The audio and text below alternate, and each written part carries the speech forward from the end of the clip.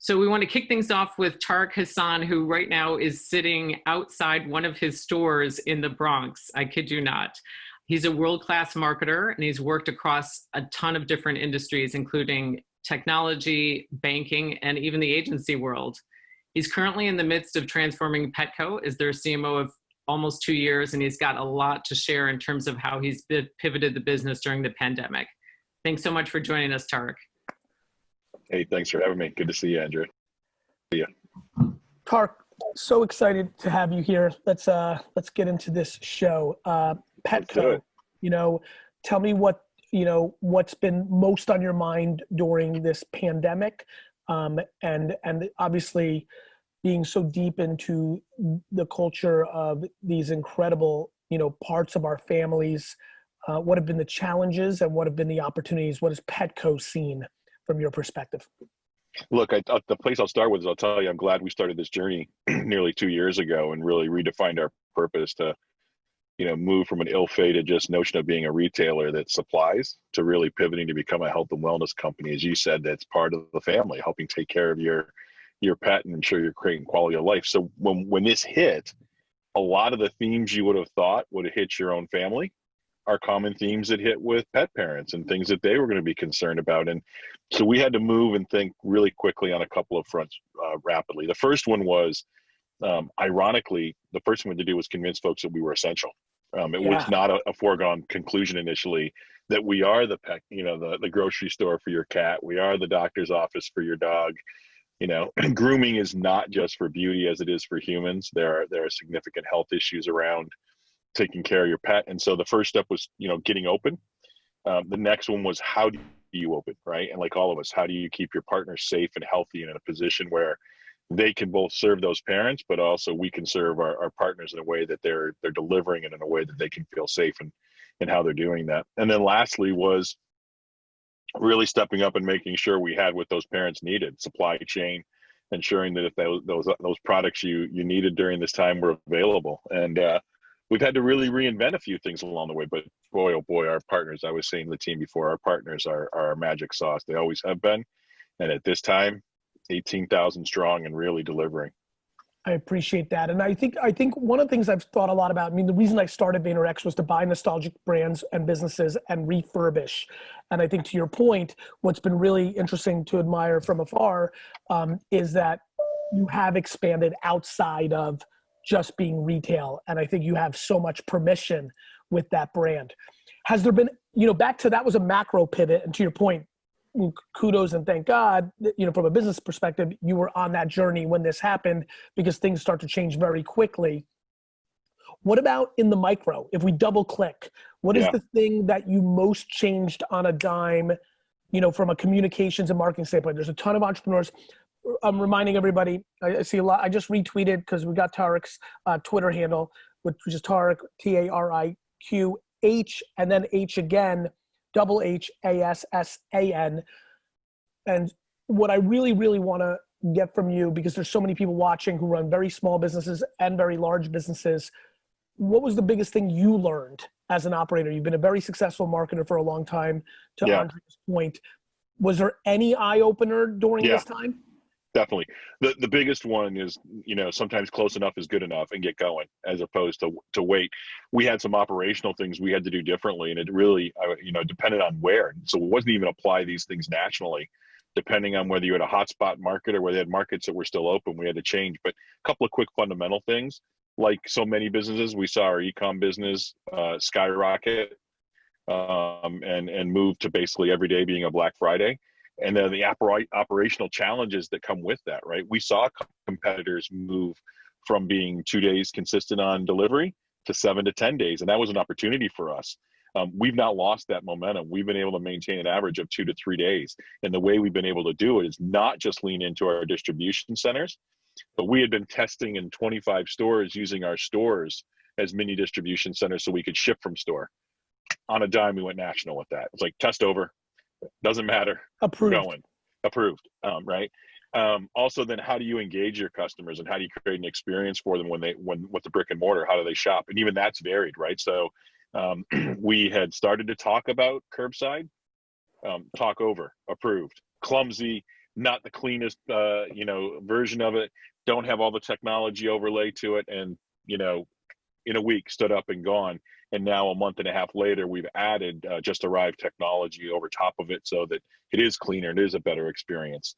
So making those kind of decisions, it almost feels like entrepreneurship injunction, because now you don't have to be fancy corporate slow, proper T's and I's.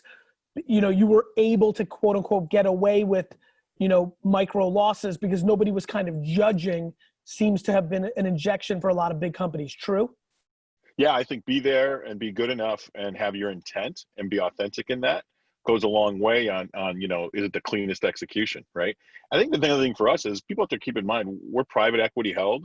We're not big publicly traded. And so there was an element of that entrepreneurial spirit and startup mindset and starting what we're trying to do. This leadership team came in with a very specific goal to pivot this from a traditional retail business to become a health and wellness company. And in doing so, there'd be retail experiences, but that's not what we get up and do every day. We get up and think about how do we take care of your pet and how do we create a better experience for you? So with that comes that sort of entrepreneurial mindset, to your point. What about, Tariq, for somebody on the human level, you the human, what was the biggest consumer shift that you can observe that you've done? Have you bought something? Have you tried a new restaurant? Are you consuming different content? Going very personal right now, focus group of one. What's been your biggest aha? Like any new platforms you're using? Give me a little something here. You on a personal level, I'm curious. Well, I'll tell you, if I had known, I knew I was going to go through the whole, what's it like to have a 13-year-old daughter, a daughter going into the teens, and the mom dynamic. I didn't know I was going to go through it in quarantine. So thank you, TikTok, because that seems to have been a unifier for us. And the best thing in the world is knowing that myself and her mom went viral. And one of our TikToks, 13,000 strong, and it has annoyed the shit out of our daughter that we could be that viral. I love that. So I will tell you. And by the way, for anybody who's watching, like razzing your 13-year-old by doing something that they don't think you're a part of is every parent's actual dreim. Let there be no confusion. I think the comment on it was, that's just wrong. So it's been great. Not that it's new technology, but it's been a unifier, and I think it's been one that's played with us in a different way. And frankly, it's even given me some different thoughts as a marketer, and we start to play around with some things. I like that. It's funny. I was on an interview earlier today, and they asked me, what do I think the biggest shift is in the market? And I said the decision makers, many of which will be here today, Kory, Todd, Shelley, you, and on, actually are becoming practitioners in some of these things. Just having the time, when you're playing at the levels that you're playing at, it's impractical. My greatest competitive advantage, I genuinely believe, is that I play at a high level, but I'm a practitioner of all the creative and media executions of it, which gives me a different level of strength. And I think the gap has been closed between me and the field. And I'm happy about that because it makes my conversations with the field, clients, non-clients, far more productive when there's actually an understanding, not they just read something in the Wall Street Journal and that's their full opinion of the platform. For me, having a CMO at your scale actually make a TikTok that does better, has virality within its means of the other videos, gives you an indicator of being able to see it in real life. Seeing it once is better than reading about it 10 times. Absolutely. So absolutely. Go ahead. No, I was just going to say, the one that'll be dear to your heart, I think we've gained a whole new appreciation for the importance and the role of content, because we've had to provide a different form of information for people, whether it's their own personal safety or, we don't have groomers open. And just like all of our hair is getting too long, what do you do with your pet? And so there's a whole different interrelationship that I think we're starting to see this technology do. Yes, teach, but I think move more than sell, serve, right? And how do you actually, and that's that's been a mantra for us. This is not a time to sell, this is a time to serve. What about internet behavior? What's been your biggest observation? Because you've obviously looked at your .com numbers in a totally different way, much deeper than you have ever had before. You haven't been there crazy, but 2 years, obviously you have major competitors, not only the big conglomerates, but even a big independent within your own with Chewy and different Amazon, things of that nature. What's been the most surprising thing? And have you been able to understand it as a consistent theme that you expect after, or that you saw before, or you're chalking it up to, well, that's COVID? Yeah, two elements that one could have been a disastrous one, but the fact the way we responded turned it into a positive. So we saw massive movement to online, as you'd expect. Upwards to 20% of our user base who had never actually ordered online during this period. For the first time. And 80% of them said, hey, that wasn't too bad. I'm going to keep doing it, right?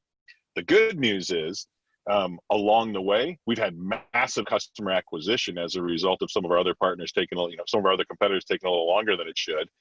We've been able to see the repeat come back on those folks. And yes, your grandparents are in that pile. Oh, right. big So time. So this whole notion of, does the older cohort do it? Stop it. They do. They figure it out. And those numbers are real, and they are going to continue. I love when people want to talk about the greatest generation. Yeah.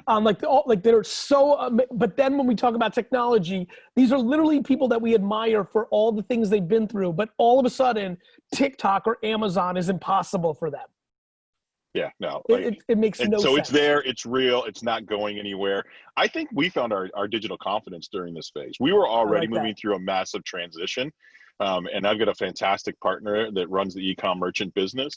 We've done some tremendous things, but we've come together as a marketing and an e-com group and as a store group to truly start to understand what it means to behave omni, not just build an omni business, because there's a human behavior that goes with omni as much as anything else. I think we've been tremendous in our movement towards that, and that's not going to change. We don't expect it to. Because we've talked a lot. We don't actively work together for clarity for everybody, but we've talked a lot and know each other super well. Do you believe that as people become more omni for real, not talking about it, that my passion of people really understanding the required need for media and creative to sit together will become more understood because of the nature of that structure? Absolutely. And I think you're going to see us take some steps in the next 6 months to become a health and wellness company. You can't have a separation in those touch points, right?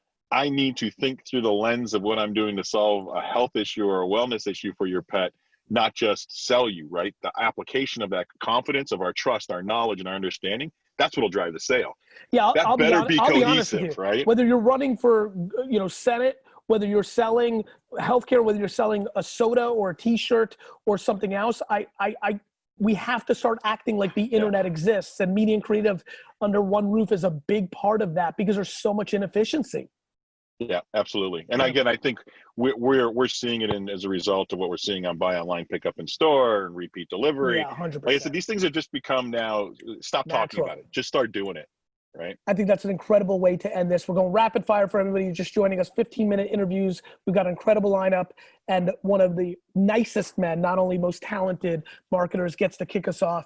Tariq, thank you so much for being on. Peace, brother. Say your Twitter account, because he's got thousands watching. You should see what's going on Twitter already.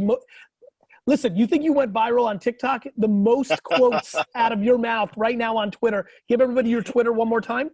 It's Tariq H. Hassan. Extra H. Spell that. Spell it all out for them. TARIQ HHASSAN. Love it, my friend. Thank you so much for being on. Good seeing you, brother. Always great. Thank you so much.